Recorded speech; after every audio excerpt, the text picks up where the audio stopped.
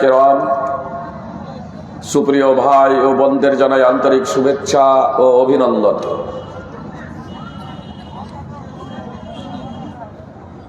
খুতবায়ে মাসনুনার পরে পবিত্র কোরআন থেকে একটি আয়াতের অংশবিশেষ তেলাওয়াত করেছি। ইনশাআল্লাহ তার সম্মুখে রেখে কিছু কথা পরিবেশন করব। ওয়ামা তৌফিকি ইল্লা বিল্লাহ। আমার মা এবং বোনেরা, আপোষে আপনারা কিন্তু কথা বলা বলি করছেন, নিজেও মনোযোগ দিয়ে শুনছেন না, অন্যকে শুনতে দিচ্ছেন না। আপনাদের কাছে আমার বিনীত অনুরোধ, আপোষে কোনো প্রকারের কথা বলবেন না। আমার মা এবং বোনেদের কাছে আবারও বিনীত অনুরোধ, আপোষে কোনো প্রকারের কথা বলবেন না। এবং জালসা কমিটি তথা শ্রোতা মণ্ডলী যারা আছেন, যারা বক্তব্য দিয়েছেন এবং বক্তব্য শুনতে এসেছেন, বক্তব্য শোনার ব্যবস্থা করেছেন এবং বক্তব্য দিতে এসেছি কিংবা বক্তব্য শুনতে এসেছেন, সকলের কাছেই আমি বিনীত অনুরোধ করব, আসুন আমরা একটু মনোমানসিকতার পরিবর্তন করি। তার কারণ, জালসা করিয়াও জাহান্নামে যেতে হতে পারে, বক্তব্য রেখেও জাহান্নামে যেতে হতে পারে, আর জালসা শুনেও জাহান্নামে যেতে হতে পারে। আসুন আমরা অন্তর থেকে আল্লাহ তাআলার কাছে আশ্রয়, আল্লাহ তাআলার কাছে তৌফিক কামনা করি। হে আল্লাহ, তুমি আমাদের সেই সমস্ত বক্তা, সেই সমস্ত উদ্যোক্তা, সেই সমস্ত শ্রোতা থেকে আশ্রয় দাও এবং আমাদের তৌফিক দাও, যাতে আমরা তোমার সন্তুষ্টি অর্জনে যা যা কিছু করা দরকার তা করতে সক্ষম হই এবং সেই সমস্ত বিষয় থেকে বেঁচে থাকতে পারি, বিরত থাকতে পারি, যাতে তোমার ক্রোধ বর্ষিত হবে, তুমি রাগান্বিত হবে। আল্লাহ, তুমি আমাদের নিজ রহমতে, তোমার রহমতের ছায়ায় তুমি আমাদেরকে আশ্রয় দিও। সুপ্রিয় ভাই এবং বোন, খুতবায়ে মাসনুনার পরে পবিত্র কোরআন থেকে একটি আয়াতের অংশ বিশেষ তেলাওয়াত করেছি। ইনশাআল্লাহ তার সম্মুখে রেখে কিছু কথা আপনাদের সম্মুখে পরিবেশন করব। ওয়ামা তাওফিকি ইল্লা বিল্লাহ। এই আয়াত হয়তো আমার মুখ থেকেও আগে শুনেছেন, অন্যান্য আলোচকের মুখ থেকে শুনেছেন, তবে আমার আলোচনা প্রত্যেক দিন প্রত্যেক বক্তব্যে কিছুটা নতুনত্ব থাকবে ইনশাআল্লাহ। আয়াত এক থাকলেও ভাবার্থ এক রেখে, পবিত্র কোরআন এবং সুন্নাহকে সামনে রেখে ইনশাআল্লাহ নতুন আঙ্গিকে, নতুন ভাবনায়, নতুন চিন্তাধারায় আপনাদের সম্মুখে বক্তব্য পরিবেশন করব, যাতে আপনাদের পাথেও সংগ্রহ করতে সুবিধা হয়, জান্নাতে যেতে সুবিধা হয়। আল্লাহ তাআলা আমাকে সেই তৌফিক প্রদান করেন, আমিন। আল্লাহ তাআলা সূরা তাহরিম 66 নম্বর সূরার 6 নম্বর আয়াতে বলেছেন, ইয়া আইয়ুহাল্লাযীনা আমানু কু আনফুসাকুম ওয়া আহলিকুম নারা ওয়াকুদুহান নাসু ওয়াল হিজারা। হে ঈমানদারেরা, তোমরা তোমাদের নিজেদের ও নিজ পরিবার পরিজনদের আগুন থেকে বাঁচাও, যে আগুনের জ্বালানি হবে মানুষ এবং পাথর। জাহান্নামের জ্বালানি হবে মানুষ এবং পাথর, এই কথা আল্লাহ তাআলা বলছেন। পবিত্র কোরআনে আল্লাহ তাআলা মানব জাতিকে কখনো ইয়া আইয়ুহান নাস বলে সম্বোধন করেছেন, কখনো ইয়া আইয়ুহাল্লাযীনা আমানু বলে সম্বোধন করেছেন। অর্থাৎ আল্লাহ তাআলা কখনো মানব জাতিকে হে মানব জাতি বলে সম্বোধন করেছেন, হে মানুষ। যার মধ্যে ইয়া আইয়ুহান নাস যখন বলেছেন, তখন তার মধ্যে মুসলিম, অমুসলিম, মুসলমান, হিন্দু, জৈন, খ্রিস্টান, বৌদ্ধ, ইহুদি, খ্রিস্টান সকলেই তার অন্তর্ভুক্ত। কিন্তু কখনো কখনো আল্লাহ তাআলা বলেছেন ইয়া আইয়ুহাল্লাযীনা আমানু।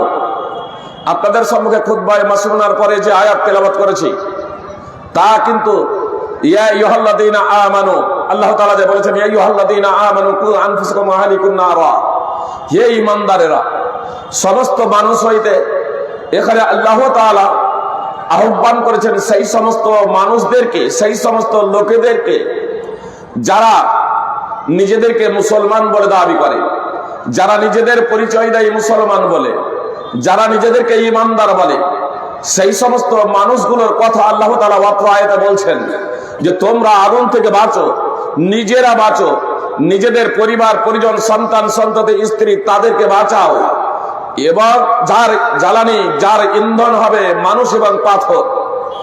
সুপ্রিয় ভাই এবং বোন, আসুন বিষয়টা একটু আমরা বোঝার প্রচেষ্টা করি। আমরা কি ঈমানদার? আমরা কি ঈমানদার? আমরা কি মুসলমান? তার কারণ আল্লাহ তাআলা যখন বললেন যে হে ঈমানদারেরা তোমরা নিজেরা বাঁচো এবং নিজেদের পরিবার পরিজনকে জাহান্নাম থেকে বাঁচাও, আমরা নিজেরা বাঁচতে চাই না কেন? আমরা নিজেদের পরিবার পরিজনদের জাহান্নাম থেকে বাঁচাতে চাই না কেন? সুপ্রিয় ভাই এবং বোন, জালসা যারা করাচ্ছি তারাও মুসলমান, বক্তব্য যারা দিচ্ছি তারাও মুসলমান, আর জালসা যারা শুনতে এসেছি তারাও মুসলমান, আর জালসা শুনতে, কোরআন এবং সুন্নাহর আলোচনা শুনতে যারা বাধা প্রদান করছি আমাদের ওয়াজ জানতেই তারাও মুসলমান। মক্কার মুশরিক তথা কাফির ওয়া মুসলিমরা তারা এই নীতি অবলম্বন করেছিল যে পবিত্র কোরআনে এমনই একটি আল্লাহর বাণী, এক স্রষ্টার বাণী, যে এই বাণীর মাধ্যমে যারা এই পবিত্র কোরআন শুনে তাদের অন্তর বিগলিত হয়ে যায়, তারা পরিবর্তন হয়ে যায়, তার জন্য তারা এই পন্থা অবলম্বন করেছিল যে মুহাম্মদ সাল্লাল্লাহু আলাইহি সাল্লাম যখন কোরআন তেলাওয়াত করবে তখন আমরা হইচই এবং হট্টগোল করব। সুতরাং তারা এই নীতি অবলম্বন করেছিল। আল্লাহ তাআলা পবিত্র কোরআনে বলছেন ওয়া ক্বালাল্লাযীনা কাফারু লা তাসমাউ লিহাদাল কুরআনি ওয়ালগাউ ফীহি লাআল্লাকুম তাগলিবুন। সূরা মুমিনের আয়াত, সূরা ফুসসিলাতের আয়াত 26 নম্বর আয়াত। সুপ্রিয় ভাই এবং বোন, আল্লাহ তাআলা স্পষ্টভাবে বললেন, স্পষ্টভাবে আল্লাহ তাআলা জানিয়ে দিচ্ছেন যে কাফেররা বলে যখন কোরআন তেলাওয়াত করা হবে তখন তোমরা হইচই করো, কোরআন শুনো না, বরং কোরআন তেলাওয়াত হলে তোমরা হইচই করবে, হট্টগোল করবে, যাতে তোমরা বিজয়ী হতে পারো। তার কারণ কোরআন যদি মনোযোগ দিয়ে শুনে তাহলে মানুষ পরিবর্তন হয়ে যাবে। যারা দোকানপাট এ জালসাকে কেন্দ্র করে বসিয়েছি, এ জালসাকে কেন্দ্র করে যারা দোকান দিয়েছি, তারা আমাদের অজান্তেই কি মুশরিকদের পন্থা অবলম্বন করে নাই? বক্তব্য শুনবো, আবার ব্যবসা বাণিজ্যও করবো। এই জালসাকে কেন্দ্র করে, কোরআন এবং সুন্নাহকে কেন্দ্র করে এই দুটো পদ্ধতি বা দুটো নীতি একসাথে হতে পারে না। সুপ্রিয় ভাতৃবৃন্দ, আসলে আমরা কোরআন এবং সুন্নাহ শোনা থেকে একদিকে কোরআন এবং সুন্নাহ শোনানোর জন্য আহ্বান করা হচ্ছে, অপরদিকে কোরআন এবং সুন্নাহ শোনা থেকে বিরত রাখার জন্য প্রচেষ্টা করা হচ্ছে। এই মুশরিকদের নীতি, কাফেরদের পন্থা অবলম্বন করা থেকে আমাদের বিরত থাকতে হবে। সুপ্রিয় ভাই এবং বোন, আপনাদের যদি ঈমান থেকে থাকে, আপনাদের যদি ন্যূনতম ঈমান থেকে থাকে, তাহলে আপনার অন্তরে অবশ্যই প্রতিক্রিয়া সৃষ্টি হবে। আর আপনার অন্তরে যদি ঈমান না থেকে থাকে, তাহলে যতই কোরআন এবং সুন্নাহর বাণী পরিবেশন করা হোক না কেন, তাহলে আপনার অন্তরে প্রতিক্রিয়া সৃষ্টি হবে না। আমি এই বিষয়টি আপনাদের সম্মুখে নিয়ে আসছি, কথা একটু মনোযোগ দিয়ে শুনবেন। যারা দোকান বসাচ্ছেন জালসাকে কেন্দ্র করে তারাও মনোযোগ দিয়ে শুনুন, যারা আমরা জালসা শুনতে এসেছি তারাও মনোযোগ দিয়ে শুনুন। সুপ্রিয় ভাই এবং বোন, এই বিষয়টি উপস্থাপন করার আগে কেন একসাথে দুটো কাজ হবে না, কেন হবে না, এইটাকে প্রমাণ করার জন্য আমি একটা উদাহরণ আপনাদের সম্মুখে পেশ করবো। সুপ্রিয় ভাতৃবৃন্দ, যারা ইউটিউবে বা ফেসবুকে আমার বক্তব্য শুনেছেন তারা কিন্তু হাত উঠাবেন না। দাজ্জাল প্রসঙ্গে যারা ইউটিউব বা ফেসবুকে আমার বক্তব্য শুনেছেন তারা হাত উঠাবেন না। দাজ্জাল সম্পর্কে আমার বক্তব্য শুনেননি, বক্তব্য তো শুনেছেন কিন্তু দাজ্জাল সম্পর্কে নয়, তারা অবশ্যই হাত উঠাবেন, বলতে পারেন। আচ্ছা বলুন তো, দাজ্জালের চোখ কয়টা হবে? যে দাজ্জালের চোখ কয়টা হবে? কয়টা? কয়টা হবে? একটা। আপনার বয়স? আঙ্কেল 60 বছর। আঙ্কেলের বয়স হলো, কাকার বয়স হলো 60 বছর। মাশাআল্লাহ, মুখ ভর্তি দাড়ি এবং রঙও করা আছে, মানে কালো ব্যতীত আল্লাহর নবী সাল্লাল্লাহু আলাইহি সাল্লাম পরিবর্তন করতে বলেছেন, পরিবর্তন হয়েছেন, পরিবর্তন করেছেন, মাশাআল্লাহ। আজকে জালসা প্রথম শুনছেন না আগে শুনেছেন? আগেও শুনেছেন। দাজ্জাল প্রসঙ্গে আলোচনা শুনেছেন? দাজ্জাল প্রসঙ্গে আলোচনা শুনেননি, তাহলে একটা কিভাবে বললেন? হাদিস পড়েছেন না শুনে বলছেন? যে শুনে শুনে বলছেন। হয়তো দোকানপাট ছিল, যখন শুনেছিলেন তখন মনে হয় যে ওই দোকানেরই মনে হয় যে পার্শ্বেই ছিলেন, বা চায়ের ভাঁড়ে হয়তো চুমুক দিতে গিয়ে অর্ধেক কথা শুনেছেন আর অর্ধেক শুনেন নাই। আপনার যেহেতু 60 বছর, এই জন্য আপনাকে আমি একটু করলাম, আরো অনেকেই বলেছেন। এবং আপনার দাড়িটাও যেহেতু সুন্নাতি, এবং মাশাআল্লাহ আপনি মেহেন্দি রং করেছেন, মানে অ্যাডভান্স ইসলামকে বাস্তবায়নের জন্য আপনি প্রচেষ্টা করছেন, আপনার বাহ্যিক রূপ এটা বলছে। সুপ্রিয় ভাতৃবৃন্দ, আপনার সম্পর্কে আমরা সুধারণা রাখবো, এটাই স্বাভাবিক। তার কারণ অন্তরের মালিক আল্লাহ, আমরা বাহ্যিক ভাবে যাকে দেখবো সেটাই আমরা সুধারণা রাখবো, আলহামদুলিল্লাহ। সুপ্রিয় ভাই এবং কিন্তু দাজ্জাল প্রসঙ্গে শোনার পরেও যে আমরা দাজ্জালের চোখ একটা বলছি, এটা হচ্ছে ভুল। সহিহ বুখারী এবং সহিহ মুসলিমের এই প্রসঙ্গে স্পষ্ট হাদিস আছে, তারপরেও আমরা ভুলে কেন? আচ্ছা বলুন তো, আমি আপনাদের বলে দিই, দাজ্জালের চোখ দুটা, বুখারী মুসলিম সহ বিভিন্ন হাদিস গ্রন্থে আছে। দাজ্জালের চোখ কানা কয়টা হবে? দাজ্জালের চোখ হবে দুটো, কানা হবে কয়টা? যে এক চোখ কানা, এ উত্তরও সঠিক নয়, এটাও ভুল, এটাও ভুল। সহিহ বুখারী হাদিস নম্বর 7131, নবী সাল্লাল্লাহু আলাইহি সাল্লাম বলছেন, প্রত্যেক নবী তার উম্মতকে মিথ্যাবাদী দাজ্জাল থেকে সতর্ক করেছে। সে হবে কানা, আর তোমাদের প্রতিপালক কানা নন। তার দুই চোখের মাঝে লেখা থাকবে কাফের। কি বললেন নবী সাল্লাল্লাহু আলাইহি সাল্লাম? দাজ্জাল কানা হবে, আর দাজ্জালের দুই চোখের মাঝে লেখা থাকবে কাফের। বুখারী মুসলিম সহ বিভিন্ন হাদিস গ্রন্থে হাদিস আছে। আমি এ প্রসঙ্গে বেশি আলোচনা করতে চাই না। আমার বলার লক্ষ্য এবং উদ্দেশ্য হলো, এ প্রসঙ্গে আপনারা বক্তব্য শুনবো মনে করলে ইউটিউবে বেশ কিছু পেয়ে যাবেন, ফেসবুকে পেয়ে যাবেন, এই জন্য এটা আমি বলতে চাচ্ছি না। আমার বলার লক্ষ্য এবং উদ্দেশ্য হলো, একসাথে দুই কাজ হয় না। চায়ের ভাড়ে চুমুক দিব, বক্তব্য শুনবো, হবে না। আমার মা বোনের আপসে যে কথা বলছেন, কথাও শুনবো, গল্পও করবো দুনিয়ার, আর বক্তব্য শুনবো, জি না, আপনার বক্তব্য শোনা হবে না। মার্কেটে করব, দোকানে ঘুরবো, ব্যবসা বাণিজ্য করবো, আর বক্তব্য শুনবো, অসম্ভব। এই জন্যই তো রাসূল সাল্লাল্লাহু আলাইহি সাল্লাম স্পষ্ট ভাবে বর্ণনা করেছেন, যার নির্যাস হলো কিছু বক্তা জাহান্নামে যাবে, আর কিছু শ্রোতাও জাহান্নামে যাবে। বক্তাও জাহান্নামে যাবে, আর শ্রোতাও জাহান্নামে যাবে। সহিহ বুখারী হাদিস নম্বর 3267, সহিহ মুসলিম হাদিস নম্বর 2989। সুপ্রিয় ভাই এবং বোন, এই জন্য বক্তব্য রাখলেই হবে না, আর শুনলেই হবে না। আজকাল শ্রোতারা তো হয়েছেন তেমনই অনেকেই, যে বক্তা যদি রঙে রসের কথা যদি বলি, তাহলে জনগণ আরো বেশি সচেতন, আরো বেশি মার্কেটের চাহিদা বেশি, যে রঙে রসের কথা বললে এ বক্তার দাম 50,000 টাকা, বক্তার দাম 50,000 টাকা। আর যদি সাধারণ ভাবে কোরআন এবং সুন্নাহর কথা বলি, তাহলে তখন যে মেহবুব আলম বসে আছে, বলছে ফাইজি সাহেব একদিন আমাকে বলছে, ফাইজি সাহেব নদিয়া থেকে ফোন করেছে, নদিয়া থেকে ফোন করেছে, বলছে যে একজন খুব ভালো আলোচক দেন। তো মেহবুব আলম বলছে, অনেক চিন্তা ভাবনা করার পরে আমি বললাম, আচ্ছা আমার ফাইজিকে আপনারা নিতে পারেন। তখন বলছে, কমিটিতে বিভিন্ন ধরনের লোক থাকে, তো কেউ বলছে আরে খুব তো ভালো, কেউ বলছে আরে বক্তার ফিস কত জিজ্ঞেস কর না, একে জিজ্ঞেস করো ফিস। বলে ফাইজি সাহেব তো পেশাদারি বক্তা না, টাকা পয়সা চেয়ে নেই না। তখন বলছে, এই বিনা ফিসের বক্তা, তাহলে আমরা বিনা ফিসের বক্তা নেব না। 50-1 লাখ না চাইলে হয়?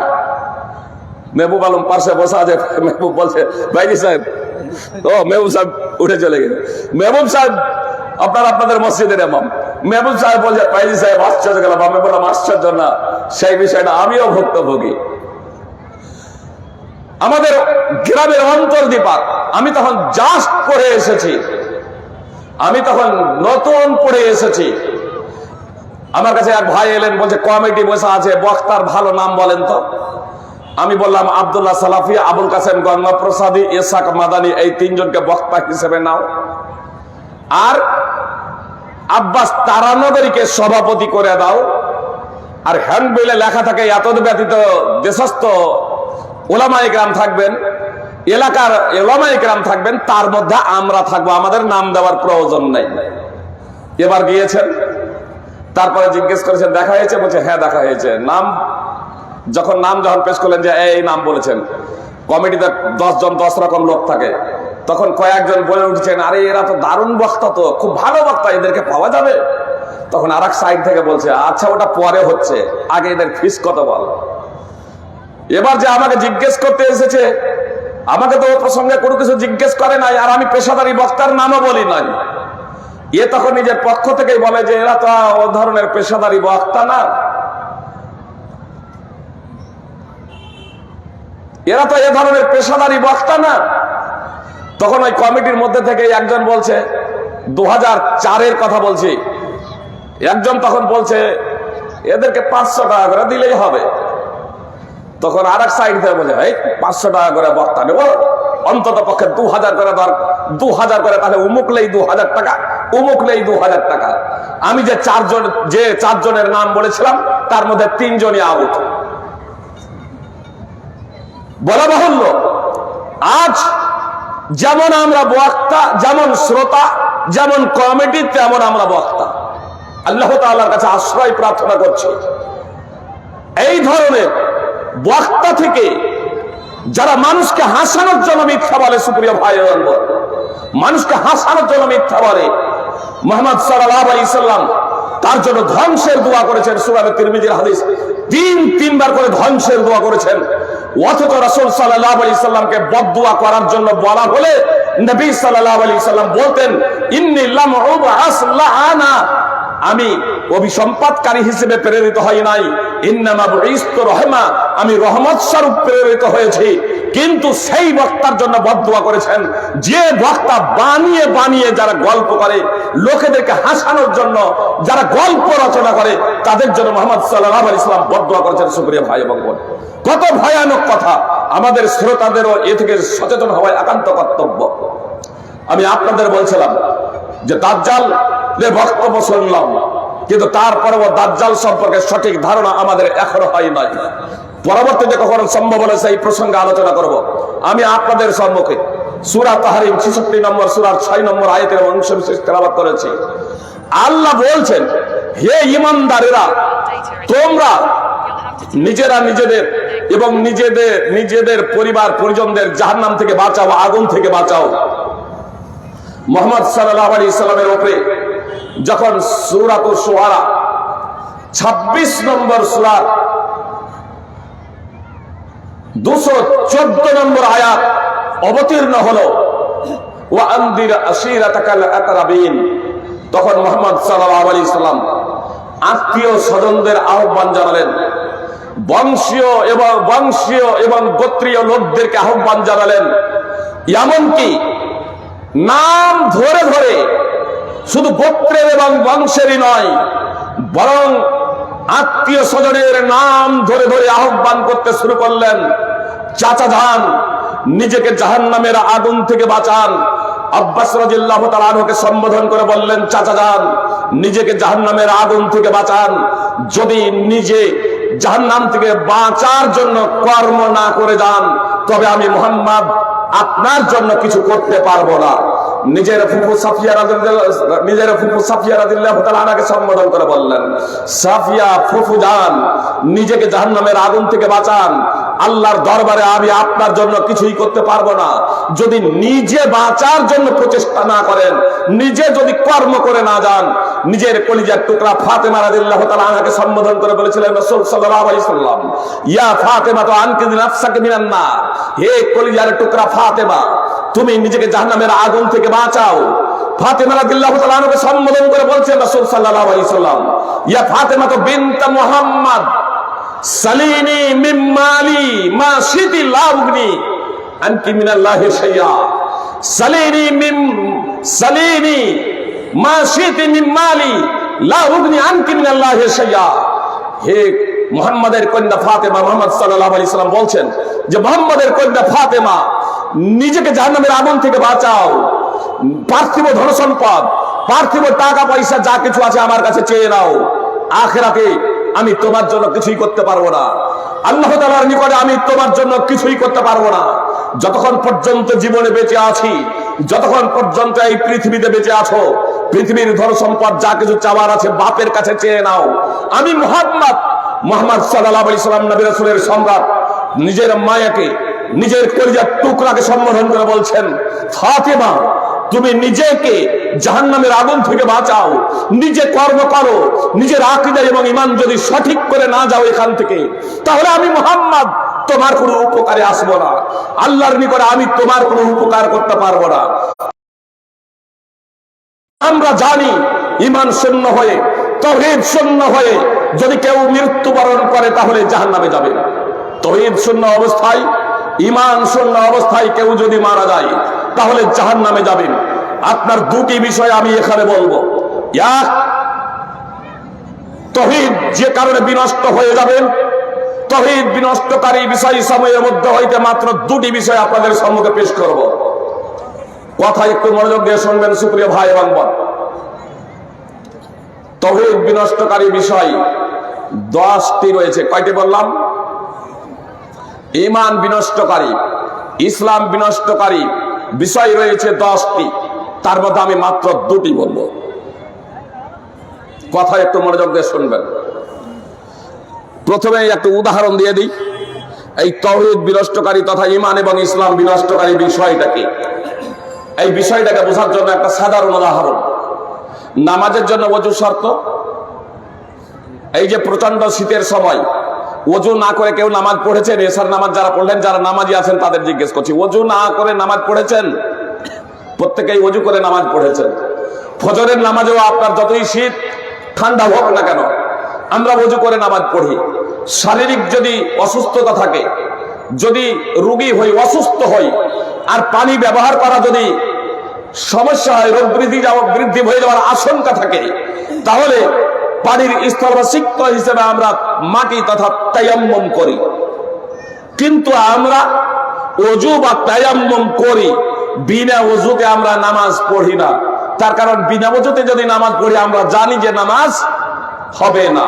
তাহলে নামাজ শুদ্ধ হওয়ার জন্য ওযু শর্ত। এখন আমি নামাজ পড়ার জন্য ওযু করলাম, পবিত্রতা অর্জনের জন্য ওযু করলাম, আল্লাহু আকবার বলে দাঁড় হয়েছি। সুপ্রিয় ভাই বোন, কথা মনোযোগ দিয়ে শুনুন। হাদাস হয়ে গেছে, বায়ু নির্গত হয়েছে, বাতকর্ম হয়েছে, নামাজ যদি চালিয়ে যায় তাহলে নামাজ হবে? কি বলছেন? নামাজ যদি চালিয়ে যায় তাহলে নামাজ হবে না। আপনার বাতকর্ম হয়েছে, বাতকর্ম হয়েছে, আওয়াজ হয় নাই, দুর্গন্ধও হয় নাই, কিন্তু যার বাতকর্ম হয়েছে সে নিশ্চিত তার বাতকর্ম হয়েছে, তার নামাজ হবে? তার নামাজ হবে না। কিন্তু আশেপাশে যে লোকগুলো তার দাঁড়িয়ে আছে তাদের ধারণা মতে তার নামাজ হয়েছে, তাই না? তো তাদের ধারণা মতে তার নামাজ হলেও তার নামাজ আসলে হবে না। আল্লাহ জানছেন, আল্লাহ জানছেন। তাহলে লোকেদের ধারণা মতে হয়েছে, কিন্তু আল্লাহর নিকটে তা কবুল হবে না। কেন? আপনি নিজেই জানছেন যে আপনার ওযু নষ্ট হয়ে গিয়েছিল। তাহলে ওযু বিনষ্ট হয়ে যাওয়ার কারণ সম্পর্কে আমরা যেমন কিছু অবগত আছি, যে ওযু করার পরেও যদি ওযু বিনষ্টকারী বিষয় সংঘটিত হয়ে যায়, আর সেই অবস্থায় কেউ যদি নামাজ চালিয়ে যায়, পুনরায় ওযু না করে, তাহলে তার নামাজ হবে না। ওযু হবে না, নামাজ হবে না। যদি পুনরায় যতক্ষণ না ওযু করে নামাজ আদায় করবে ততক্ষণ পর্যন্ত তার নামাজ হবে না। এই বিষয়টা আমরা জানি। আমি কালেমায়ে শাহাদাত পড়েছি। সুপ্রিয় ভাই এবং বোন, আমি মুসলিম, নামাজ, রোজা, হজ, যাকাত, দান, খয়রাত করছি, কিন্তু 10টি ঈমান এবং ইসলাম বিধ্বংসী যে কারণ আছে, সেই 10টি কারণের মধ্যে যদি কোনো একটি কারণ সংঘটিত হয়ে যায় তাহলে ওই অবস্থায় সমস্ত আমল বিনষ্ট হয়ে যাবে। 60-70 বছর ধরে যে আমল করেছেন, নামাজ, রোজা, দান, খয়রাত করেছেন, আর কোনো কিছু অবশিষ্ট থাকবে না। আল্লাহ তাআলা বলছেন, ওয়ালা ওয়াশরাকু লাহাবিতা আনহুম মা কানু ইয়ামালুন। সূরা নাম 6 নম্বর সূরার 86 নম্বর আয়াত, 6 নম্বর সূরার 88 নম্বর আয়াত। তার আগে 83 থেকে 86 নম্বর আয়াতে 18 জন বিশিষ্ট নবী রাসূলের কথা উল্লেখ করেছেন আল্লাহ তাআলা মাত্র সূরায়। আর তারপরে 88 নম্বর আয়াতে গিয়ে এই কথা বলছেন ওয়ালা আশরাকু লাহাবিতা আনহুম মা কানু ইয়ামালুন। এই 18 জন বিশিষ্ট নবী রাসূল যদি শিরক করত, তাদের সমস্ত আমল বরবাদ হয়ে যেত, নষ্ট হয়ে যেত। আল্লাহ তাআলা বলেন ওয়ালাকাদ উহিয়া ইলাইকা ওয়া ইলাল্লাযীনা মিন ক্বাবলিক লাইন আশরাকতা লাইহাবাতান্না আমালুকা ওয়া লা তাকুনান্না মিনাল খাসিরিন। সূরা জুমার 39 নম্বর সূরার 65 নম্বর আয়াত আল্লাহ তাআলা স্পষ্ট ভাবে বলেন যে মুহাম্মদ সাল্লাল্লাহু আলাইহি ওয়াসাল্লাম তোমার প্রতি এবং তোমার পূর্বে যতগুলো নবী রাসূল প্রেরণ করা হয়েছিল প্রত্যেকে এই বার্তা দেওয়া হয়েছিল, যদি তুমি শিরক করো তবে তোমার আমল বিনষ্ট হয়ে যাবে এবং অবশ্যই তুমি ক্ষতিগ্রস্তদের অন্তর্ভুক্ত হবে। তাহলে নবী রাসূলদের আমল যদি শিরকের কারণে সব ধ্বংস হয়ে যায়, বিনষ্ট হয়ে যায়, তবে আমি আর আপনি কে সুপ্রিয় ভাই বোন? এই শিরকের অবস্থায় কেউ যদি মৃত্যুবরণ করেন তাহলে সে জাহান্নামে যাবে। ইন্নাল্লাহা লা ইয়াগফিরু আন ইউশরাকা বিহি। সূরা নিসা 4 নম্বর সূরার 48 এবং 116 নম্বর আয়াত। নিশ্চয় আল্লাহ তাআলা তার সাথে শরীক করাকে ক্ষমা করবেন না। অর্থাৎ শিরক করার পরে সেই অবস্থায় কেউ যদি মৃত্যুবরণ করে, বড় ধরনের শিরক যদি হয়ে যায়, তাহলে ঈমান এবং ইসলাম এবং সমস্ত আমল বিনষ্ট হয়ে যাবে। আর সেই অবস্থায় কেউ যদি মৃত্যুবরণ করে তাহলে জাহান্নামে যাবে। কোনো দিনই সে জান্নাতে যেতে পারবে না, কোনো দিনই জান্নাতে যেতে পারবে না। তার কারণ জাহান্নামে শাস্তি ভোগ করে জান্নাতে যাওয়ার জন্য অন্যতম শর্ত হলো তাওহীদ এবং অন্তরে ঈমান থাকা। তাওহীদ এবং অন্তরে যদি ঈমান যদি না থাকে তাহলে মানুষ কোনোদিনই জান্নাতে যেতে পারবে না। সুপ্রিয় ভ্রাতৃবৃন্দ, শিরকের বিভিন্ন স্তর আছে, বিভিন্ন ক্যাটাগরি আছে। সুপ্রিয় ভাই বোন, আল্লাহ ছাড়া অন্যের কাছে মাথা নত করা, আল্লাহ ছাড়া যাদের ইন্তেকাল হয়ে গেছে তাদেরকে বিপদ আপদ থেকে উদ্ধারকারী হিসেবে প্রার্থনা করা, আল্লাহ এবং মানুষের মাঝে প্রার্থনাকারী এবং আল্লাহর মাঝে মাধ্যম দাঁড় করানো কোন নবী রাসূল বা ওয়ালি আউলিয়া যাদের ইন্তেকাল হয়ে গেছে তাদেরকে, এটাও হচ্ছে বড় ধরনের শিরক। এ কারণে একটা মানুষ মুশরিকে পরিণত হয়ে যাবে। সুপ্রিয় ভাই বোন, সহানুভূতি প্রদর্শন করতে গিয়েও কেউ যদি মূর্তির সামনে মাথা নত করে, কবরে গিয়ে সাজদা করে, তাহলে তার ঈমান এবং ইসলাম বিনষ্ট হয়ে যাবে। সুপ্রিয় ভাই বোন, আপনার ঈমান এবং ইসলাম বিনষ্ট হয়ে যাবে যতক্ষণ না কালেমায়ে শাহাদাত অন্তরের অন্তঃস্থল থেকে তওবা করতে পাঠ করবেন, ততক্ষণ পর্যন্ত আর ঈমান থাকবে না। এজন্য আমাদের শিরক থেকে বিরত থাকতে হবে। এটা হলো 1 নম্বর ঈমান এবং ইসলাম বিধ্বংসকারী বিষয়। 1 নম্বর। আমি শেষের 10 নম্বরটা উলামায়ে কেরাম কোরআন এবং হাদিসকে সামনে রেখে যা বলেছেন, আপনারা কিতাবুত তাওহীদ মুহাম্মদ বিন আব্দুল ওয়াহাব রাহিমাহুল্লাহর বিখ্যাত বই, সালেহ বিন ফৌজান হাফিজাহুল্লাহর বিখ্যাত বই কিতাবুত তাওহীদ আমাদের মাতৃভাষায় বাংলায় হয়ে গেছে, আপনারা অধ্যয়ন করবেন। 10 নম্বর আল ইরাজ আন দীনিল্লাহ। এই আল ইরাজ আন দীনিল্লাহ এই বিষয়টি আপনাদের সম্মুখে উপস্থাপন করছি, একটু মনোযোগ দিয়ে শুনবেন। আল্লাহর দ্বীন থেকে বিমুখ হওয়া, আল্লাহর দ্বীন থেকে বিমুখ হওয়ার তাৎপর্য হলো আল ইরাজ আনিল উসুলিস সালাসা।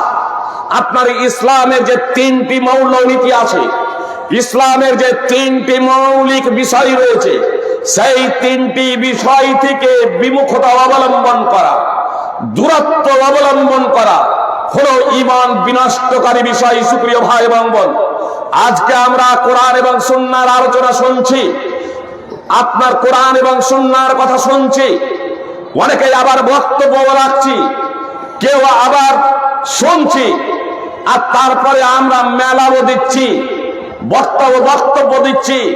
জীবনে পরিবর্তন আসে না কেন? ঈমান যদি থেকে থাকে তাহলে অবশ্যই পরিবর্তন আসবে। সুপ্রিয় ভ্রাতৃবৃন্দ, ইবলিসও কিন্তু আল্লাহ তাআলা আছেন এ কথা বলে, ইবলিসও আল্লাহ তাআলার অস্তিত্বে বিশ্বাসী। এজন্য আল্লাহ তাআলা যখন ইবলিসকে লাঞ্ছিত করলেন এবং ইবলিসকে বিতাড়িত করলেন, ইবলিসকে আসমান থেকে নামিয়ে দিলেন, সেই সময় ইবলিস আল্লাহ তাআলার কাছে প্রার্থনা করেছিল, আল্লাহ তাআলার কাছে ইবলিস প্রার্থনা করেছিল। সুপ্রিয় ভাই এবং বোন, পবিত্র কোরআনে স্পষ্টভাবে তা আল্লাহ তাআলা উল্লেখ করেছেন। তারপরে ওই ইবলিস ইমানদার হতে পারে নাই, মুসলমান হতে পারে নাই, ইবলিসকে জাহান্নামে যেতে হবে। তাহলে আল্লাহ আছেন শুধু এ কথা বললেই শুধু হবে না, মানুষকে জাহান্নামে যেতে হবে যদি ঈমান এবং ইসলাম যদি অন্তরে না থাকে, তাওহীদ যদি অন্তরে না থাকে। ঈমান বিনষ্টকারী বিষয়ের মধ্যে 10 নম্বর বিষয় হচ্ছে ইসলামের মৌলিক 3টি বিষয় সম্পর্কে জ্ঞানার্জন না করা। ইসলামের 3টি মৌলিক বিষয় থেকে দূরত্ব অবলম্বন করা। ইসলামের 3টি মৌলিক বিষয় থেকে অজ্ঞতা, জাহালাত, এটা হলো ঈমান বিধ্বংসী বিষয়। যখন এই বিষয়গুলো আমাদের অন্তরে প্রবেশ করে, তখন আসলে কোরআন এবং সুন্নাহর বাণী শুনেও আমাদের অন্তরে কোনো প্রকারের প্রতিক্রিয়া হয় না। তার মধ্যে একটা হলো আল্লাহ তাআলার পরিচিতি। আল্লাহ তাআলার পরিচিতি সম্পর্কে জ্ঞানার্জন করা অপরিহার্য শর্ত। ঈমানদার হওয়ার জন্য, মুসলমান থাকার জন্য আপনারা আল্লাহর পরিচিতি সম্পর্কে জ্ঞানার্জন করতেই হবে, এটা অপরিহার্য। নম্বর 2, মুহাম্মদ সাল্লাল্লাহু আলাইহি সাল্লাম সম্পর্কে আপনাকে পরিচিতি লাভ করতে হবে। মুহাম্মদ সাল্লাল্লাহু আলাইহি সাল্লামকে, রাসূলুল্লাহ সাল্লাল্লাহু আলাইহি সাল্লামকে এ সম্পর্কে আপনাদের জ্ঞানার্জন করতেই হবে। এবং ইসলামের মৌলিক বিষয় সম্পর্কে, ইসলামটা কি, এ প্রসঙ্গে আমাকে আপনাকে জ্ঞানার্জন করতেই হবে।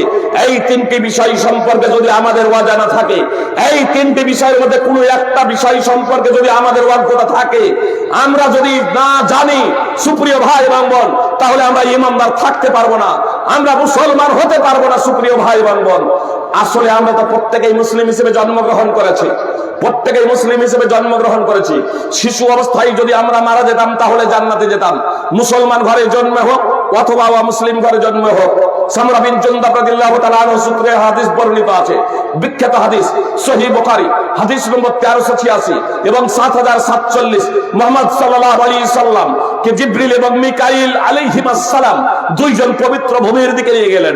অতঃপর সেখানে অনেকগুলো বিষয় দেখেছিলেন। তার মধ্যে একটি বিষয় ছিল, মুহাম্মদ সাল্লাল্লাহু আলাইহি সাল্লাম দেখলেন যে ইব্রাহিম আলাইহিস সালামের চতুর্পার্শ্বে অনেকগুলো ছেলে মেয়ে, অনেকগুলো সন্তান সন্ততি, অনেকগুলো শিশু রয়েছে। মুহাম্মদ সাল্লাল্লাহু আলাইহি সাল্লাম জিজ্ঞেস করলেন ফেরেশতাদের যে এই শিশুগুলো হচ্ছে কারা? তখন ফেরেশতারা জবাব দিলেন, ফাকুল্লু মাউলুদিন মাতা আলাল ফিতরা, এই শিশুগুলো হচ্ছে তারা যারা ফিতরাতের উপরে মৃত্যুবরণ করেছে, অর্থাৎ শিশু অবস্থায় যারা মৃত্যুবরণ করেছে। মুহাম্মদ সাল্লাল্লাহু আলাইহি সাল্লাম ফেরেশতাদের কাছ থেকে এই কথা জেনে নেওয়ার পরে যখন সাহাবাদের সামনে এই বিষয়টি ব্যক্ত করছেন, প্রকাশ করছেন, তখন সাহাবায়ে কেরাম প্রশ্ন করলেন আল্লাহ রাসূল সাল্লাল্লাহু আলাইহি সাল্লাম, আওলাদুল মুশরিকিন, মুশরিকদের ছেলে মেয়েরা কোথায়? মুশরিকদের সন্তান সন্ততি তারা কোথায়? ফিতরাতের উপরে যারা মৃত্যুবরণ করেছে, মুসলিমরা হয় ভাবলেন যে হয়তো এরা তাহলে মুসলমানদের সন্তান সন্ততি, মুসলমানদের ছেলে মেয়ে, তাই প্রশ্ন করছেন আওলাদুল মুশরিকিন, মুশরিকদের সন্তান সন্ততি কোথায়? তখন মুহাম্মদ সাল্লাল্লাহু আলাইহি সাল্লাম বললেন, ওয়া আওলাদুল মুশরিকিন, মুশরিকদের সন্তান সন্ততিও, মুশরিকদের ছেলে মেয়েও, অর্থাৎ ইব্রাহিম আলাইহিস সালামের চতুর্পার্শ্বে যে ছেলে মেয়েগুলো ছিল, তো মুসলমানদের ছেলে মেয়েও রয়েছে, ওয়া মুসলিমদের ছেলে মেয়েও রয়েছে, মুশরিকদের ছেলে মেয়ে রয়েছে, কাফেরদের ছেলে মেয়ে রয়েছে, এখানে সবারই ছেলে মেয়ে রয়েছে। অর্থাৎ শিশু অবস্থায় মারা গেলে জান্নাতে যাবে। সুপ্রিয় ভাই এবং বোন, এখন আমরা সাবালক সাবালিকা হয়ে গেছি, বালেক বালেগা হয়ে গেছে। ঈমান বিধ্বংসীকারী একটি বিষয় হলো আপনার ইসলামের 3টি মৌলিক বিষয়ের মধ্যে কোনো একটি বিষয় সম্পর্কে অজানা, অজ্ঞতা। আমরা যদি সেই 3টি বিষয় সম্পর্কে জ্ঞানার্জন না করি, তাহলে আপনি আমরা ইসলাম থেকে বের হয়ে যাব, আমরা ঈমান থেকে বের হয়ে যাব। আর তারপরে আমি 50 বছর ধরে নামাজ পড়তে পারি, 60 বছর ধরে নামাজ পড়তে পারি, এই নামাজের মাধ্যমে আল্লাহ তাআলার সন্তুষ্টি অর্জন করা যাবে না। যেমন নামাজ কবুল হওয়ার জন্য ওযু শর্ত, আপনার নামাজ কবুল হওয়ার জন্য ঈমান শর্ত। ঈমান নেই যেখানে, সেখানে আপনার নামাজ কবুল হবে কেমনে? আপনার রোজা কবুল হবে কেমনে? দান খায়রাত কিভাবে কবুল হতে পারে যেখানে আপনার ঈমান নাই? এজন্য সর্বপ্রথম আপনাকে ঈমানদার হতে হবে। সুপ্রিয় ভাই বাবা, দুই একটা দৃষ্টান্ত দিই, তাহলে আপনাদের বুঝতে সুবিধা হবে। কোরআনের কথা এত শোনার পরে, হাদিসের কথা এত শোনার পরে, আল্লাহর আলোচনা, আল্লাহর বর্ণনা এত শোনার পরেও আমাদের অন্তরে প্রতিক্রিয়া হয় না কেন? সুপ্রিয় ভাই বাবা, এই বিষয়টা বোঝানোর জন্য আপনাদের সম্মুখে দুটো বিষয় আপনাদের সম্মুখে পরিবেশন করি। ফুজাইল বিন ইয়াজ একজন বিখ্যাত ডাকাত ছিল। আমার মা এবং বোনেরা কথা মনোযোগ দিয়ে শুনুন, ভাই ইসলামী ভ্রাতৃবৃন্দ আপনারাও কথা ভালোভাবে শুনুন। এবং যারা অমুসলিম আছেন তারাও কথাটা মনোযোগ দিয়ে শুনুন। তার কারণে ইসলাম হলো সার্বজনীন দিন, মুসলমানদের জন্য বাবা, মুসলমানদের জন্য বাবা। আর এই ইসলাম আল্লাহ তাআলা প্রদত্ত জীবন ব্যবস্থা অনুযায়ী যারা জীবন যাপন করবে না তারা নরকে যাবে, জাহান্নামে যাবে, হোক সে মুসলমান ঘরে জন্মগ্রহণকারী অথবা অমুসলিম ঘরে জন্মগ্রহণকারী। মুহাম্মদ সাল্লাল্লাহু আলাইহি ওয়াসাল্লামকে সর্বশেষ রাসূল হিসেবে যারা মেনে না নেবে তারা জাহান্নামে যাবে, নরকে যাবে, এতে সন্দেহের কোনো অবকাশ নেই। অতএব প্রত্যেকেই কথা মনোযোগ দিয়ে শুনুন। ফুজাইল বিন ইয়াজ একজন বিখ্যাত ডাকাত। ফুজাইল বিন ইয়াজ একজন বিখ্যাত ডাকাত। আর তার উপরে একদিনকার ঘটনা একজন মেয়ের সাথে জৈবিক চাহিদা পূর্ণ করার জন্য আপোষে তাদের কথা পাকা হয়ে গেছে। জৈবিক চাহিদা পূর্ণ করার জন্য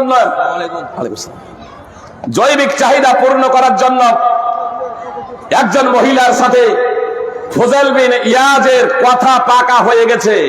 ফুজাইল বিন ইয়াজের কথা পাকা হয়ে গেছে। এক তো ডাকাত, আর তার উপরে সে যৌনাচার করবে, জৈবিক চাহিদা পূর্ণ করবে একজন মহিলার সাথে তার কথা পাকা। যে মহিলার সাথে তার কথা পাকা হয়ে গেছে, রাত্রে এবার ফুজাইল বিন ইয়াজ যাচ্ছে ছাদ প্রাচীরে টপকে ছাদ দিয়ে সে সেই মহিলার কাছে যাবে, যে মহিলা তার সাথে জৈবিক চাহিদা পূর্ণ করার জন্য অবৈধ পন্থায় যৌন চাহিদা পূরণের জন্য কথা করেছে আপোষে। ছাদে যখন উঠেছে ফুজাইল, কোরআন তেলাওয়াতের আওয়াজ ওই ডাকাত এবং লম্পটের কানে পড়েছে। সুপ্রিয় ভাই এবং বোন, আলাম ইয়ানি লিল্লাযীনা আমানু আন তাখশা কুলুবুহুম লিযিকরিল্লাহি ওয়া মা নাযালা মিনাল হক। সূরা হাদীদ 57 নম্বর সূরার 16 নম্বর আয়াতের অংশ বিশেষ। এই আয়াত যখন তার কানে পৌঁছেছে তখন তার অন্তর কেঁপে গিয়েছে, তার অন্তরে প্রকম্পন সৃষ্টি হয়েছে। ভিতরে প্রবেশ না করে যেদিক দিয়ে উঠেছে সেই দিক দিয়েই নেমে চলে আসছে। কিছুটা ডিস্টেন্সে চিন্তিত হয়ে মাথায় হাত দিয়ে চুপ করে বসে আছে, ভাবছে আমি কত বড় অপরাধী। আর একটু বছরে এক কাফেলা সেই পথ দিয়ে যাবে, তার নিকটে পৌঁছার আগেই কিছুটা ডিস্টেন্সে তারা আপোষে বলা বলি করছে, এখন এই পথ দিয়ে যাব কি যাব না। কেউ বলছে না এখন রাত্রি চলে যাব, আর কেউ বলছে না এই মুহূর্তে যাওয়া আমাদের ঠিক হবে না, আমাদের মনে হয় এখানেই আমাদের এখন থেমে যাওয়া উচিত। তার কারণে এই পথেই তো বিখ্যাত ডাকাত ফুজাইল রয়েছে, এই পথেই রয়েছে, ওখানেই তো সে ছিনতাই করে। অতএব আমরা যদি এখন যাই তাহলে সে আমাদের ধন সম্পদ সবকিছু ছিনতাই করে নেবে, লুট করে নেবে। তো আমাদের রাত্রে এখানেই থেকে যাওয়া একান্ত কর্তব্য।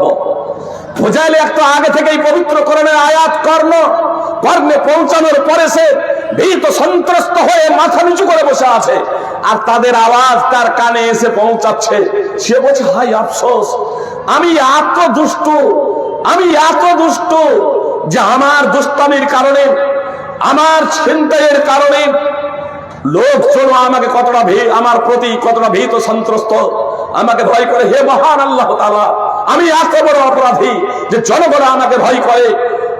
আল্লাহ তুমি আমাকে ক্ষমা করে দাও, জীবনে আমি পরিবর্তন নিয়ে আসবো। সুপ্রিয় ভাতৃবৃন্দ, একজন ডাকাত সে পরিবর্তন হয়ে যাচ্ছে পবিত্র কোরআনের আয়াত শুনে। সুপ্রিয় ভাই এবং বোন, তার ঈমান কতটা দুর্বল ছিল আপনারা বুঝতেই পারছেন। তারপরে সে পরিবর্তন হয়ে যাচ্ছে। ঈমান দুর্বল ছিল, এজন্যই যে ঈমান যদি সবল যদি হবে, মজবুত যদি ঈমানদার হবে, পাকা যদি মুসলমান হবে, তবে ডাকাতি করবে কেন? আর একজন মেয়ের সাথে ব্যভিচার করার জন্য সে কথা দিবে কেন? সুপ্রিয় ভাই এবং বোন, তাহলে বুঝতেই পারছেন যে সে ছিল কাচ্চা ঈমানদার, সে ছিল দুর্বল ঈমানদার, দুর্বল মুসলমান। আর তারপরেও যখন পবিত্র কোরআনের আয়াত কানে পৌঁছাচ্ছে তখন তার অন্তর প্রকম্পিত হয়ে যাচ্ছে। মুহাম্মদ সাল্লাল্লাহু আলাইহি ওয়াসাল্লাম বলেছেন আর একজন কাঁচা ঈমানদার, আর একজন দুর্বল মুসলমানের কথা বলি। সুপ্রিয় ভাই এবং বোন, আপনার বিদ্যুৎ আছে, লাইট জ্বলছে, অনেক সময় আপনার বিদ্যুৎ জ্বলবে, ফ্যান চলবে। বিদ্যুৎ যদি থাকে তাহলে ফ্যান চলবে। অনেক সময় দেখা যায় মিটারের লাইন আলো টিপ টিপ করছে অথচ ফ্যান চলছে না, চলে। তখন ওটাকে কি বলে? সিরিজ সিরিজ, তাহলে লাইন সিরিজ আছে। আচ্ছা, যদি ওই অবস্থায় যদি এখন দুর্বল কারেন্ট আছে, দুর্বল বিদ্যুৎ আছে, ওই অবস্থায় যদি আমরা ওই বিদ্যুতের তারে হাত দিই, তাহলে আমাদেরকে আদর করবে তো? শর্ট মারবে না? মারবে না। তাহলে দুর্বল কারেন্ট আছে, দুর্বল বিদ্যুৎ আছে, তারপরেও শর্ট মারছে। আপনারা ফজাইলের দেখলেন দুর্বল ইমান, তারপরেও পবিত্র কোরআনের আওয়াজ যখন কানে পৌঁছাচ্ছে তখন অন্তর কেঁপে যাচ্ছে। তাহলে আমরা কেমন ইমানদার সুপ্রিয় ভাই এবং বোন? আর একবার ভাবুন, মুহাম্মদ সাল্লাল্লাহু আলাইহি সাল্লাম বলছেন, একজন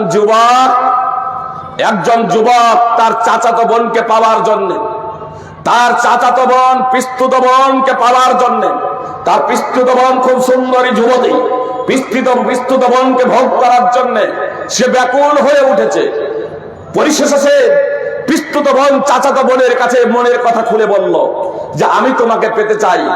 সে এড়িয়ে গেল, প্রত্যাখ্যান করলো এই যুবকের প্রস্তাবকে। পরিশেষে সেই যুবতী রাজি হচ্ছে, 100 দিনার দিতে হবে, তাহলেই তুমি আমাকে পাবে। 100 দিনার স্বর্ণ মুদ্রা, 20 দিনারের যাকাত ফরজ। 100 স্বর্ণ মুদ্রার বর্তমান দাম হচ্ছে, 100 স্বর্ণ মুদ্রার বর্তমান মূল্য হচ্ছে প্রায় 25 লক্ষ টাকা। কত বললাম?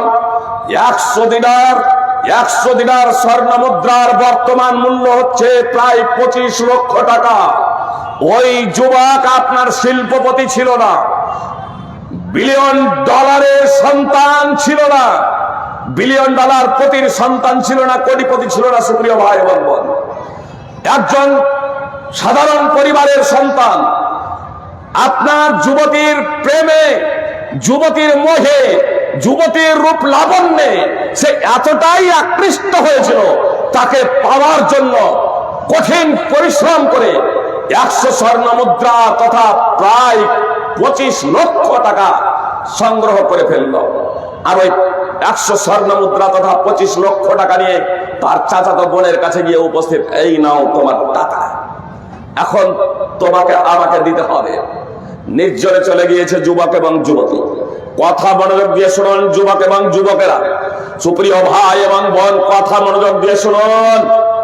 আপনার 100 স্বর্ণ মুদ্রা প্রায় 25 লক্ষ টাকা দিয়ে দিয়েছে, নির্জন জায়গায় পৌঁছে গিয়েছে, সেখানে তৃতীয় কোনো ব্যক্তি নাই, যুবতী শুয়েও গিয়েছে, আর যুবতীর 2 উরুর উপরে বসেও পড়েছে। যখন জৈবিক চাহিদা পূর্ণ করতে যাবে, তৃতীয় কোনো ব্যক্তি নাই, এহেন সময়ে সেই যুবতীর মুখ দিয়ে উচ্চারিত হচ্ছে, ইত্তাকিল্লাহ, আল্লাহকে ভয় করো। যুবকের অন্তর কেঁপে যাচ্ছে, অন্তর প্রকম্পিত হয়ে যাচ্ছে সুপ্রিয় ভাই এবং বোন। জৈবিক চাহিদা পূর্ণ না করে দীর্ঘদিন যাবত চাচাতো বোনের প্রেমে পাগল থেকে 25 লক্ষ টাকা প্রায় সংগ্রহ করে তাকে দিয়ে নির্জনে যখন ভোগ করার সময় এসেছে, আল্লাহর নাম উচ্চারিত হওয়ার সঙ্গে সঙ্গে, আল্লাহর আওয়াজ, আল্লাহর নাম যখন তার কানে পৌঁছাচ্ছে, সঙ্গে সঙ্গে যুবতীর উপরে যে বসেছিল, জৈবিক চাহিদা পূর্ণ না করে সেখান থেকে নেমে যাচ্ছে। মুহাম্মদ সাল্লাল্লাহু আলাইহি সাল্লাম এ কথা বর্ণনা করেছেন সহিহ বুখারী হাদিস নম্বর 2215, 3465, সহিহ মুসলিম হাদিস নম্বর 2743। সুপ্রিয় ভাই এবং বোন, বিশুদ্ধ সূত্রে এ কথা প্রমাণিত।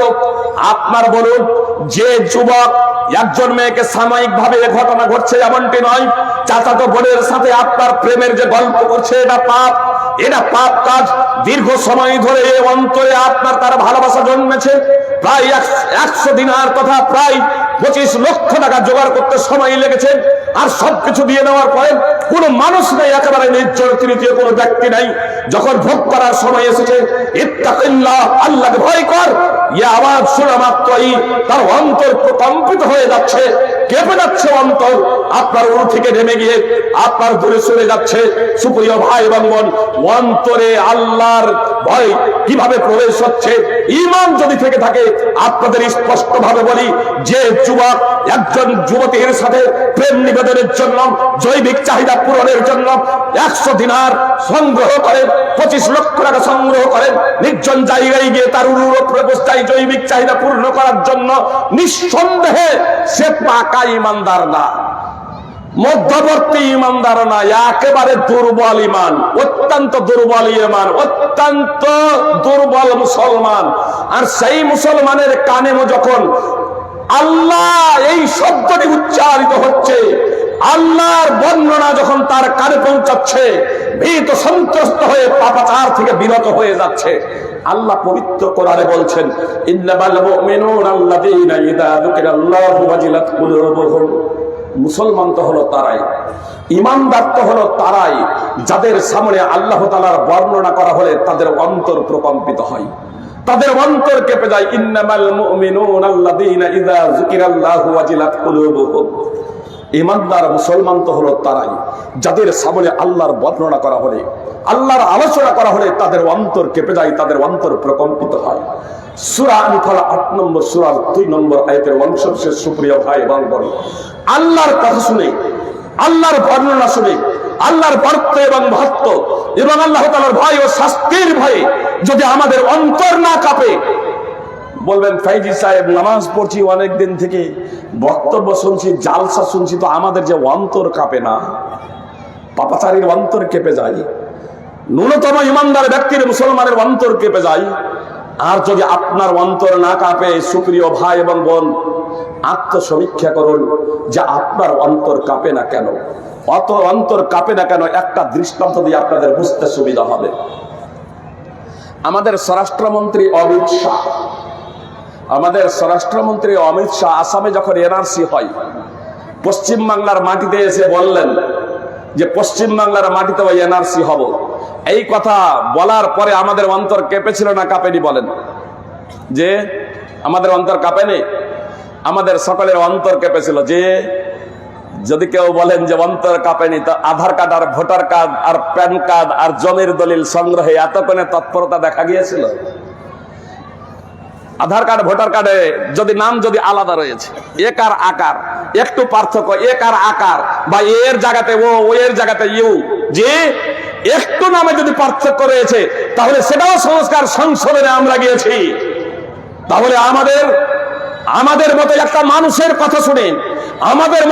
মানুষের কথা শুনে, আমাদের অন্তরে কাঁপুনি ধরে গিয়েছিল। সুপ্রিয় ভাই বোন, মুসলমান এবং অমুসলমান প্রত্যেকেরই। তো স্রষ্টা যেখানে বলছেন সময়ের শপথ, ইন্নাল ইনসানা লাফি খুসর, নিশ্চয়ই সকল মানুষই ক্ষতির মধ্যে। তো এই কথা শোনার পরে আমাদের অন্তর কাঁপে না কেন?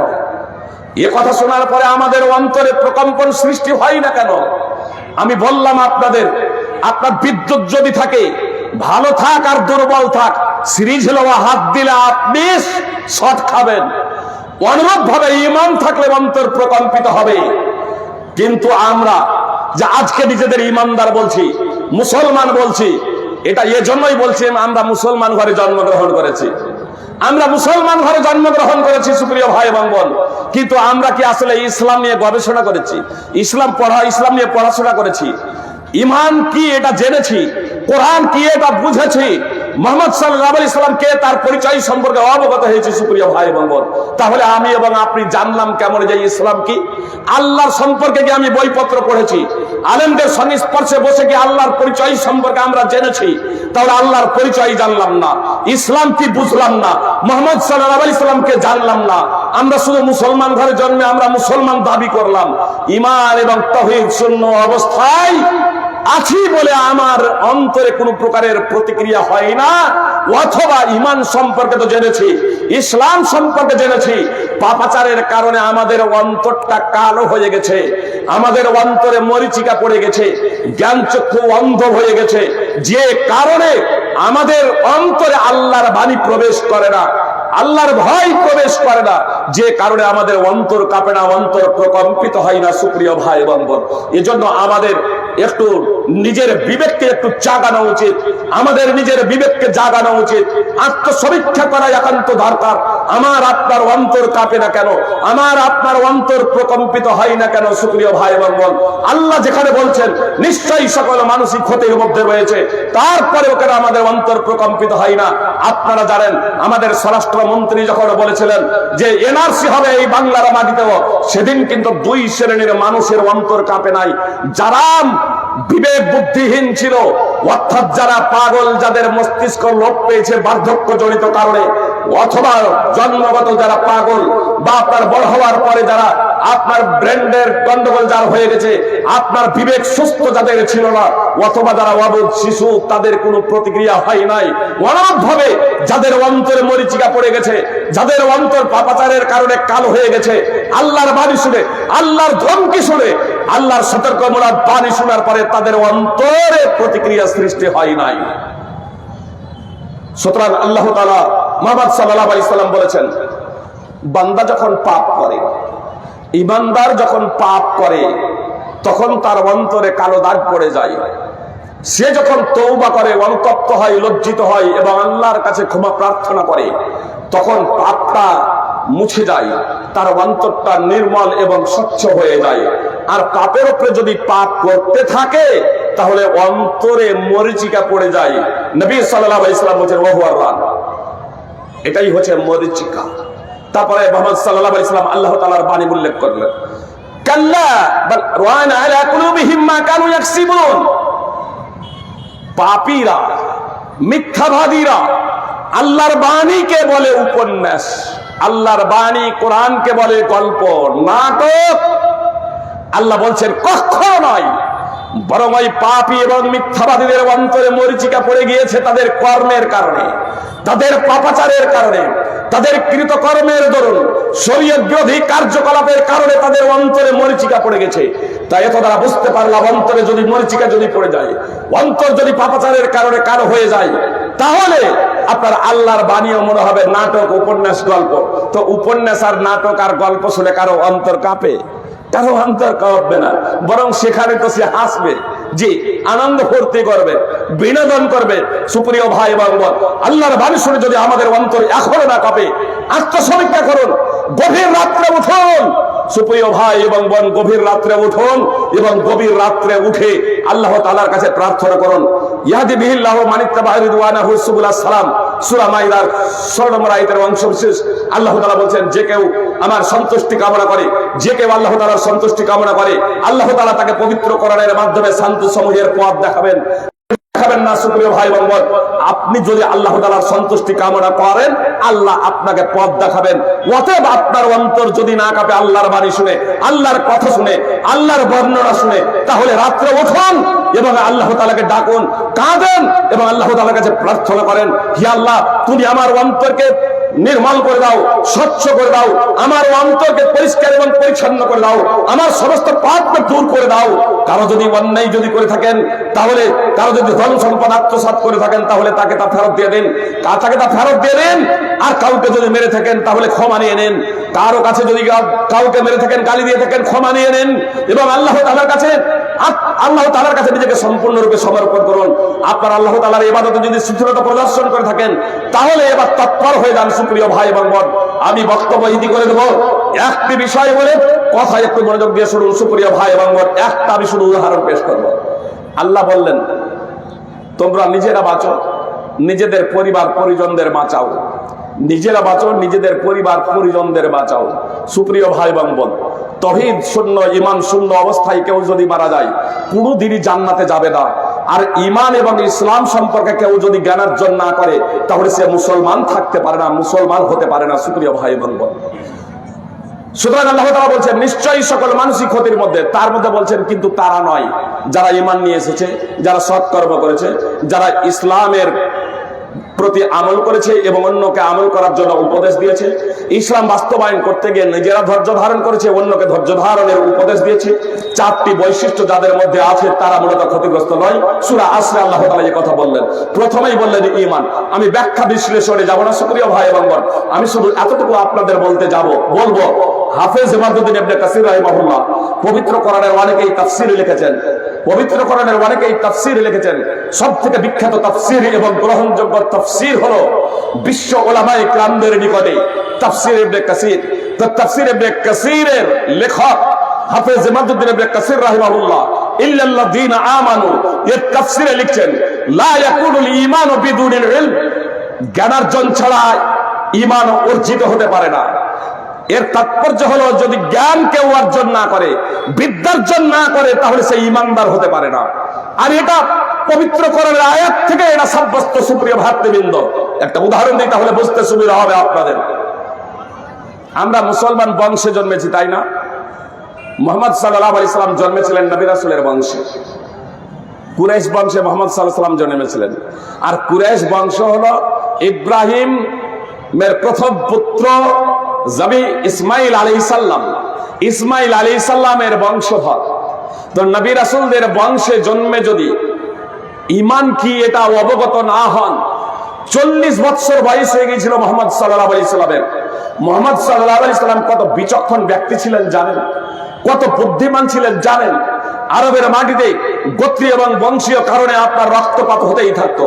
মুহাম্মদ সাল্লাল্লাহু আলাইহি সাল্লামের বয়স যখন মাত্র 20 বছর, এই 20 বছর বয়সে হিলফুল ফদল তথা নেই নিষ্ঠার প্রতিজ্ঞা নামে একটা সংগঠনই প্রতিষ্ঠা করেছিলেন, যাতে আরবের মাটিতে শান্তি প্রতিষ্ঠা করতে সক্ষম হন, সাম্যবাদ প্রতিষ্ঠা করতে সক্ষম হন, ন্যায় এবং ইনসাফ প্রতিষ্ঠা করতে সক্ষম হন, জুলম অত্যাচার বন্ধ করতে সক্ষম হন, নির্যাতিত অসহায় মানুষদের সাহায্য সহায়তা করতে সক্ষম হন, অত্যাচারী অপরাধী জালেমদের জুলুম করা থেকে, অন্যায় করা থেকে বিরত রাখতে যাতে সক্ষম হন, সেই জন্য ন্যায় নিষ্ঠার প্রতিজ্ঞা হিলফুল ফদল নামে একটা সংগঠন প্রতিষ্ঠা করেছিলেন। আর যখন 35 বছর বয়স হয়েছিল, কত বড় বিচক্ষণ এবং বুদ্ধিমান ছিলেন সুপ্রিয় ভাই এবং বোন মুহাম্মদ সাল্লাল্লাহু আলাইহি সাল্লাম। তখনও নবী হন নাই, তখনও রাসূল হন নাই। 35 বছর বয়সে কাবার পুনর্নির্মাণ যখন কাফেররা, মুশরিকরা, কুরাইশরা যখন শুরু করেছিল, মানে যুগের আবর্তনের ফলে আপনার সময় অতিবাহিত হয়ে যাওয়ার কারণে কাবার চতুর দেওয়াল তো ছিল, কিন্তু ওপরে ছাউনি ছিল না, ওপরে ছাদ ছিল না, ছাউনি ছিল না। মুশরিকরা সিদ্ধান্ত নিল কাবা পুনর্নির্মাণ করবেন। কাবার নির্মাণের কাজ শুরু হয়ে গেছে অলরেডি, কাবার নির্মাণের কাজ শুরু হয়ে গেছে।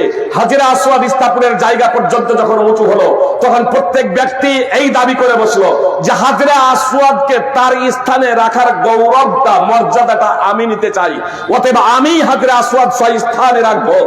প্রত্যেক ব্যক্তি এই কথা বলতে শুরু করলো। এমনকি তারা বললো যদি আমার দ্বারা এটা সম্ভব না হয়, তাহলে তারা আমার গোত্রের গোত্রপতি কোন ব্যক্তি আমার গোত্রের যাতে সেই পাথরটা স্থাপন করে, অন্য গোত্রকে দেব না। প্রত্যেক গোত্রের লোকেরা এই দাবিতে অনড়, রক্ত প্রবাহিত হয়ে যাওয়ার উপক্রম হয়েছে। এহেন পরিস্থিতি আবু উমাইয়া মাখজুমি বলল যে আগামী কালকে যে মসজিদ হারামে প্রথম প্রবেশ করবে তিনি এই কাজটি করবেন। সব আপন আপন বাড়ি চলে গেল। আর আগামী কালকে মুহাম্মদ সাল্লাল্লাহু আলাইহি সাল্লাম সর্বপ্রথম চলে এলেন আল্লাহ তাআলার অশেষ রহমতে। মুহাম্মদ সাল্লাল্লাহু আলাইহি সাল্লাম এবার যখন বিভিন্ন গোত্রের লোকেরা যখন এসে দেখলো যে মুহাম্মদ সাল্লাল্লাহু আলাইহি সাল্লাম সর্বপ্রথম এসেছেন, সকলেই এই ধ্বনি দিতে শুরু করলো, হাদাল আমিনু, হাদাল আমিনু রাদি কাদ রাদিনা, হাদা মুহাম্মদ। আরে ইনি তো বিশ্বস্ত, ইনি তো বিশ্বস্ত, এর প্রতি আমরা সন্তুষ্ট, ইনি হলেন মুহাম্মদ। আবু জাহাল আবু লাহাবের আবধানী দেয় মুহাম্মদ সাল্লাল্লাহু আলাইহি সাল্লামকে দেখে, আবু জাহাল আবু লাহাবের আবধানী দেয়, কাফের মুশরিকরা আবধানী দেয়।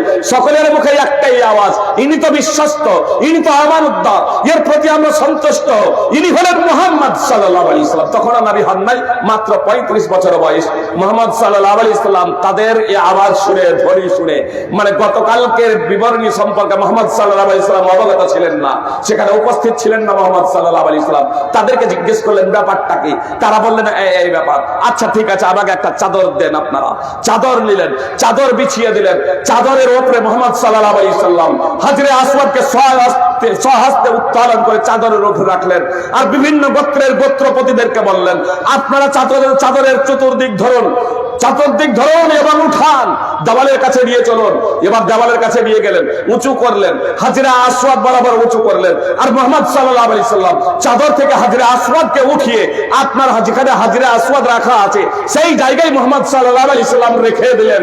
সকলেই সন্তুষ্ট, সকলেই সন্তুষ্ট। রক্ত প্রবাহিত হওয়ার উপক্রম হয়েছিল। মুহাম্মদ সাল্লাল্লাহু আলাইহি সাল্লাম 35 বছর বয়সে সেই সমস্যার সমাধান করে দিলেন অত্যন্ত সুষ্ঠুভাবে। সুপ্রিয় ভাই এবং বোন, সকলেই সন্তুষ্ট। সেই মুহাম্মদ সাল্লাল্লাহু আলাইহি সাল্লাম এত বিচক্ষণ, এত বুদ্ধিমান হওয়া সত্ত্বেও আপনাদের আশ্চর্যের কথা বলবো, নবী রাসূলের বংশে জন্মগ্রহণ করেছেন মুহাম্মদ সাল্লাল্লাহু আলাইহি সাল্লাম।